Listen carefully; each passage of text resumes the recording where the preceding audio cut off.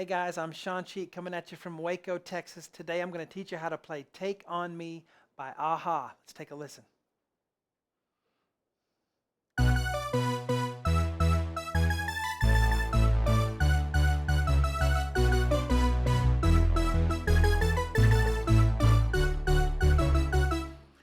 All right, remember that one? Great hit song. Love it. Takes me right back to the 80s, being a kid and hearing that song come on the radio. Good times, right? All right, so welcome to webpianoteacher.com, our online piano community where we gather together to learn, play, and share the music that we love, creating a culture of encouragement for all you guys out there who are trying to learn how to play piano online. You can do it if you pick the right lessons and you know how to practice. I'm going to help you do that right now. Let's get to it.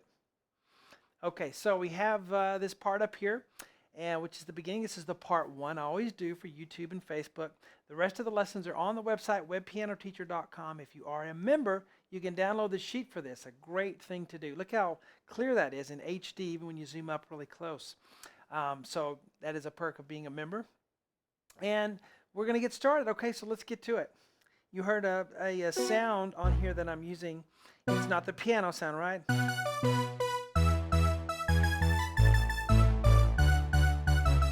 I have the Kauai MP11 SE in the studio, and I'm using a bank sound. It's F8. It's called the Octave Fat Saw, and I'm finding out it works for a lot of 80s stuff, not just this one. Anything with that sounds synthy, you can kind of use that. I mean, just take your pick, and it just sounds immediately like it. So I think that's why they put that sound in there. It fits a lot of 80s songs.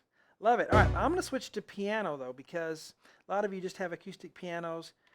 So for that reason, but also because it's just kind of easier to teach with a piano sound. We don't have that, really loud sound to deal with as we're trying to learn it. Okay, so I played it two ways. I played it kind of simpler with single notes.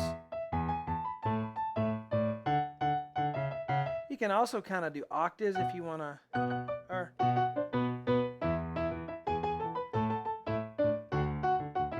if you're someone who can play octaves well, that's kind of neat to do that if you have that under your fingers. You also notice probably I was playing it an octave higher. That's just because that's the way the sound is programmed. It just has that the octave needs to go up higher, okay, for that sound. Then I'm back in the regular place here for piano. All right, so as we look at this, the simple way to do it, if you want simple, we'll look at that first.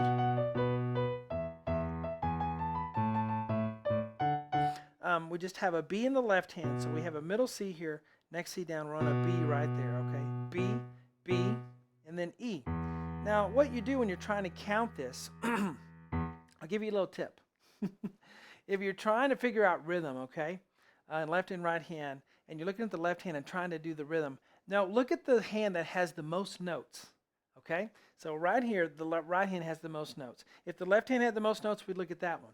But the right hand has the most notes. Get that down, and then once you have that, then you just plug the left hand in where it goes. You don't really have to count the left hand. It's automatically going to be counted correctly if you did the right hand well. Okay, so look at the notes look at the hand that has the most notes, get that down, and then you plug the left hand in. In other words, don't worry about having to count that left hand, because you'll count the right hand and everything will be great. All right, back to the board. So you have two B's and then an E. Okay, so B, B, E. Got that down? Maybe finger 2 and finger 5 for that. Okay. Having a lot of fun this week doing all these 80s tunes. Really fun. F sharp, way up high on the right hand. Here's middle C, next C. So I'm going to use my fourth finger because it's kind of awkward sometimes to put the fifth finger on a black key. We have to do it all the time, but I try to avoid it if I can. F sharp, D, and then a B. That's a B minor chord. You see that? So you kind of get your fingers set before you start. You're all ready to go. So bop, bop, bop, bop, bop, bop. Those little dots are called staccato. If you've taken, traditional music lessons, like I did, you learned that little dot means staccato. It means space. So there's daylight in between the notes. F sharp, D, B, B, E. So da, da, da, da, bum, bum. So get that rhythm down. If you have trouble, bum, bum, bum, bum, bum, bum. Clap it, and then Now here's the deal. Once you get that right hand down, now we just plug the left hand in at the appropriate notes. You see, the left hand counted automatically as long as I had that right hand correct.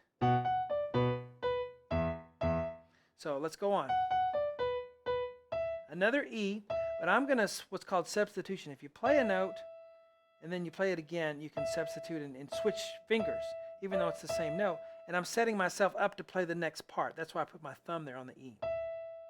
E, and then 2 G sharps. So 2 finger there, G sharp, A, B. So 2, 2, 3, 4. A lot of times fingerings don't matter so much, like you have choices what you can do. And then there's certain notes that are important that you really do a certain finger. And that this E is one of those. You got to get your thumb there so you set up for the rest of it. Okay? And then, let's look at the left hand. We have more E's. We're already there. We just played 2 more E's. Remember the trick. You just get the right hand rhythm and then plug them in where they go. So very beginning.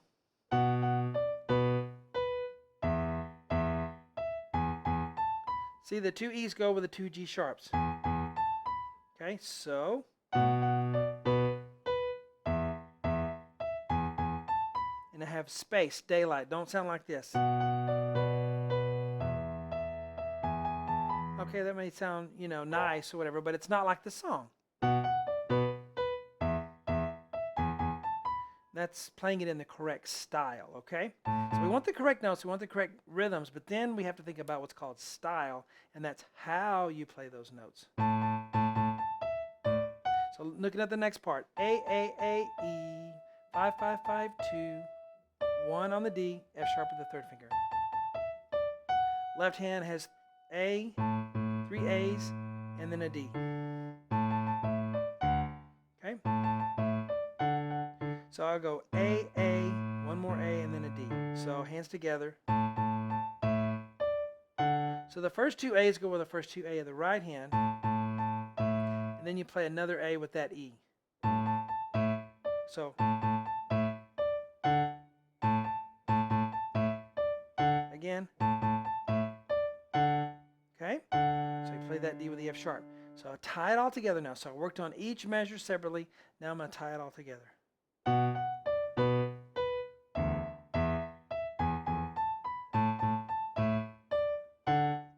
Okay, now I'm going to switch back to that really cool sound because I really like that sound. But I'm going to go up here. All right, and go.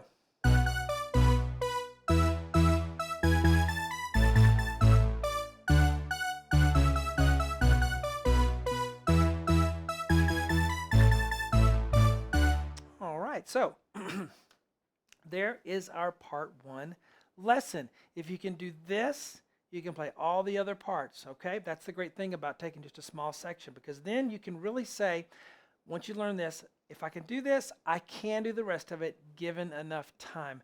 Don't try to learn the whole thing at once. Pick the piece you're going to work on today, work on that. The next day, if you have this down pretty good, pick a different section and center your focus, or focus your attention on that section.